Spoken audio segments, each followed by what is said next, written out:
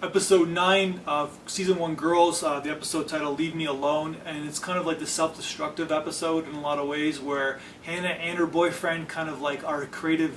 to have creative pursuits themselves, being in their like 20s, and something I can relate with, and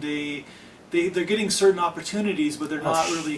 they're almost like in fear of the opportunity. So they complain about, for 8 episodes, both of them are complaining about trying to get their way and trying to get their way in the world and trying to be like, and thinking that they're more talented than the other people who are being more successful than they are. And all of a sudden they get a certain opportunity and they kind of like self-destruct themselves in that opportunity that they got. So it's sort of like, great, by the way, Michael Poriotti from Sopranos fame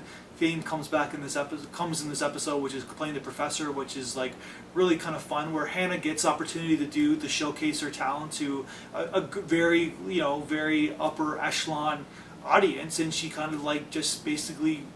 screws it up and doesn't really do the essay that she's supposed to do, because she's thinking too much. And that's one of those things where you think too much, and it's also the parallel of the relationship between the two of them, where basically he is the guy that, he's a weird guy, and basically, I know these type of characters where he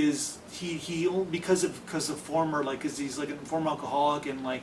a lot of alcoholics are like this, where they have this like one track mind, where